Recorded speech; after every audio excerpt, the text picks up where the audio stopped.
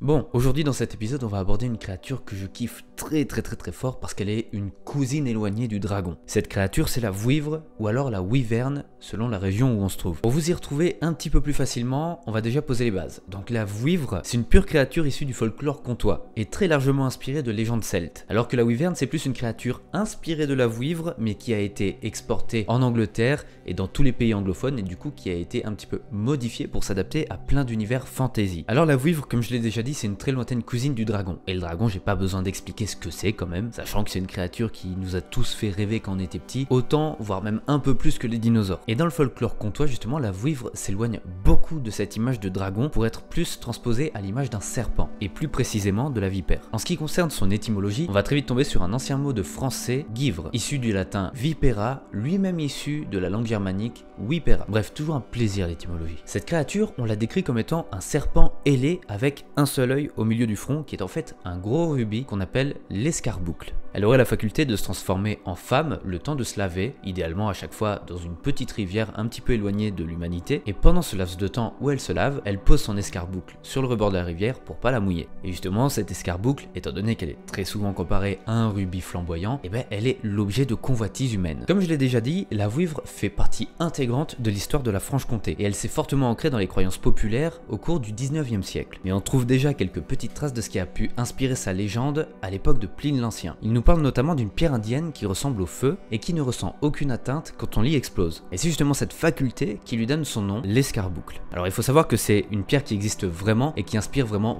beaucoup de folklore et beaucoup de croyances autour du monde. Donc en gros ici on trouvera simplement un petit élément qui inspirera la légende de la vouivre. Mais au-delà de cette fameuse pierre, le pote Pline nous parle d'autre chose de plus intriguant. Il nous explique notamment qu'en Gaule, il y avait une sorte d'œuf qui était très convoité des humains. Cet œuf, il était créé quand beaucoup de serpents se rassemblaient et que le mélange de leur bave, leur transpiration, leur venin et tout ce qui va avec de liquide se mélangeait et ça formait une sorte de petit œuf justement dur. En définitive et en passant quelques détails, il nous explique justement que cet œuf était d'une valeur inestimable. Et justement le lien entre cet œuf expliqué par Pline l'Ancien et la vouivre, c'est qu'un livre écrit par Marcel Aimé, La Vouivre, nous explique une des interprétations de la naissance de la vouivre. Dans son livre justement, il nous explique que les Celtes croyaient que les serpents fabriquaient un œuf magique duquel on pouvait s'emparer et qui avait une valeur donc inestimable pour le rappeler si on réussissait à le ramener chez nous sans mourir. Mais le problème c'est qu'on n'a pas beaucoup plus de détails qui nous expliquent comment cet œuf magique se transforme en vouivre. Mais c'est déjà ça. Et si vous êtes d'accord, justement je vais vous raconter une petite histoire pour vous situer un petit peu ce que représente la légende de la vouivre en Franche-Comté. L'histoire c'est celle d'un jeune homme qui existait il y a très longtemps évidemment, du nom de Barbero. Donc ce petit Barbero, il habitait une ferme avec sa mère. Ils étaient vraiment pas très riches, voire même plutôt pauvre, mais malgré ce manque d'argent, il perdait pas le nord. Il était quand même très amoureux de la fille d'un propriétaire voisin. Seulement ce voisin, il était un petit peu dans la morale en mode pas d'argent, pas de fille. Voilà. Mais malgré ça, il l'avait toujours en tête. Et un soir, en se promenant près de la rivière avec sa masse en bois sur l'épaule, il vit quelque chose glisser sur l'eau. En s'accroupissant derrière l'herbe et en plissant un petit peu les yeux, il se rendit compte que c'était la vouivre qui glissait sur l'eau, qui crachait des petites flammes et qui battait des ailes pour se laver. Et à force de la regarder justement, il se rendit compte qu'il n'y avait rien sur son front, alors qu'on lui avait toujours parlé de cette fameuse escarboucle. Alors il se mit à chercher, à tâtonner un petit peu partout dans l'herbe, et il finit par trouver un joyau rouge, gros comme une tête de bébé qui était protégé par une vipère enroulée autour. Il se dit que finalement si l'escarboucle c'était l'unique œil de la vouivre, elle ne devait pas voir grand chose. Et du coup, il décida de tuer la vipère avec sa masse avant de saisir le joyau et de se barrer en courant. Pour mieux courir, il jeta ses sabots et mit le joyau entre sa chemise et sa peau contre sa poitrine. Sauf que d'un coup, il entendit un sifflement comme jamais il en avait entendu de sa vie et la pierre commença à se réchauffer.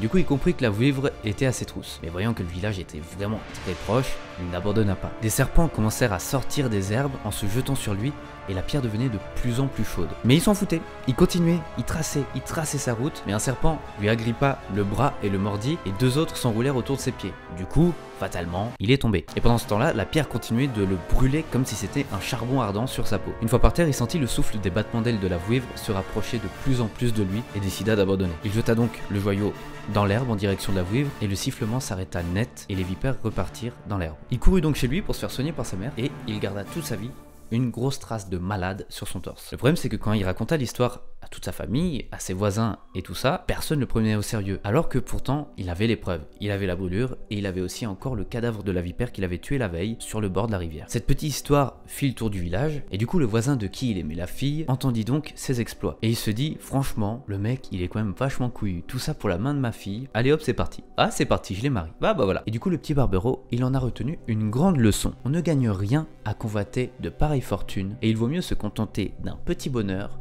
que de grandes aventures qui peuvent nous coûter la vie. En somme, la morale, on est d'accord, elle est très sympa. Sauf que s'il avait pas fait ça, s'il avait pas risqué sa vie, il aurait pas son petit bonheur avec sa meuf. Donc, au bout d'un moment, bon, la morale est sympa, mais voilà, hein, à prendre avec des pincettes. Et on passe tout de suite à la partie 2 et on va parler de la wyvern. Et du coup on aurait pu commencer cette vidéo directement en parlant de la wyvern, étant donné que c'est la version la plus évoluée et la plus moderne. Sauf que je me suis dit, ce serait quand même plus intéressant de débuter par ce qui a inspiré ce qu'on connaît aujourd'hui, plutôt que de commencer en faisant l'inverse, ça aurait été beaucoup moins crédible. Bon, et du coup on va pas s'amuser à décortiquer l'étymologie de la wyvern, étant donné qu'en fait c'est juste un anglicisme du mot vouivre, voilà. Mais par contre sa description physique est totalement différente. Elle est décrite comme un très grand reptile bipède, se servant de ses ailes comme bras, avec 2 yeux et pas du tout d'escarboucle, mais par contre ce qui la caractérise c'est qu'elle a une queue avec un dard au bout. Et aussi ce dont on parle beaucoup, c'est de ses dents acérées et de sa vélocité. Et donc, comme je l'ai déjà dit, la wyvern, plus que la vouivre, c'est une lointaine cousine du dragon. Donc c'est une espèce qu'on appellera les draconiens. Et si on devait lister son apparition aussi bien dans les jeux vidéo que dans les livres de fantasy ou les films, on n'en aurait pas fini. Et il y a même justement une théorie qui existe comme quoi les dragons de Game of Thrones seraient en fait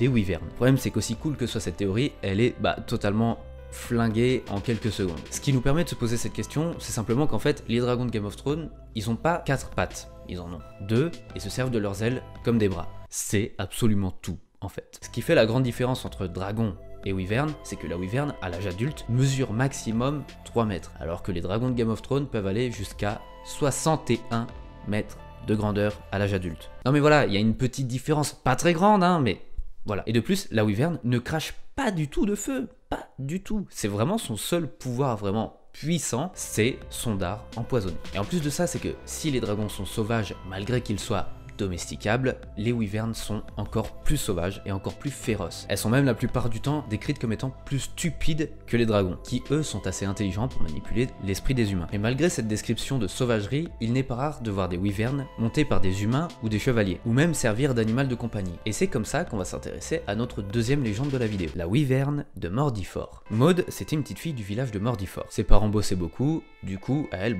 ce qu'elle faisait, elle se promenait beaucoup. Un jour, elle se promenait dans une forêt près du village et elle rencontra une espèce de petit lézard qui avait l'air apeuré. Maud, vu que c'était une petite fille très gentille, elle s'est dit, je vais le ramener à la maison. Donc elle le ramena à la maison. Et ses parents se rendirent compte tout de suite qu'il s'agissait d'un bébé wyvern. Du coup, ils lui ordonnèrent de s'en débarrasser et de la jeter dans la nature. Maud fit semblant de leur obéir et elle alla juste la cacher dans une grotte. Tous les jours, elle passait pour la voir, pour jouer avec elle et pour la nourrir avec des coupelles de lait. Sauf que la wyvern, elle grandissait de jour en jour. Son corps évoluait, les écailles devenaient de plus en plus grosses, ses ailes de chauve-souris grandissèrent de plus en plus, et surtout, elle commença à avoir faim d'autre chose que de lait. Donc plus elle grandissait, plus elle refusait de boire le lait que Maud lui apportait, et la nuit, quand elle n'était pas là, elle se débrouillait pour sortir de la grotte et pour aller chasser le bétail du village. Mais comme je l'ai déjà dit, la wyvern, elle peut aller jusqu'à 3 mètres quand elle devient adulte. Et juste un petit mouton, ça suffit pas forcément beaucoup pour nourrir une grande bestiole de 3 mètres. Donc elle devint de plus en plus féroce et s'attaqua carrément aux paysans du village. Et malgré justement toute cette férocité qu'elle avait envers les humains, quand Maud arrivait, elle devenait toute douce, c'était vraiment son petit animal de compagnie, c'était sa meilleure amie finalement. Mais ses crimes se répandaient et il fallait les faire cesser. Du coup, un grand et puissant gaillard retrouva la wyvern dans sa grotte et lui mit des coups de lance. Maud le fit fuir en lui balançant des caillasses dans la tronche, mais c'était trop tard. Sa wyvern se laissa tomber sur elle, la tête sur ses genoux, et elle mourut au creux de ses bras, mouillée par les larmes de sa meilleure amie. La jeune fille du coup resta longtemps à pleurer au-dessus d'elle, et cette blessure ne se referma jamais de sa vie. Et malgré cette histoire très touchante, la wyvern reste quand même un symbole du mal, de la guerre, et est présente sur plusieurs blasons héraldiques. Et pour en revenir à ses origines profondes, la vouivre n'est pas un animal aussi féroce que la wyvern. Elle cherche plus à vivre sa vie tranquillou, le plus loin des hommes possible. Et c'est marrant justement de voir qu'au niveau de la vouivre, pour toutes les légendes qu'il y a autour d'elle, la morale se tourne autour de l'avarice et de la vengeance. Mais dans tous les cas, wyvern ou vouivre, on peut être certain que ces deux créatures sont tout aussi différentes que passionnantes l'une que l'autre. Et c'est sur ces mots qu'on va finir. Moi je vous souhaite une très bonne journée et je vous dis à bientôt pour un prochain chapitre du Bestiaire.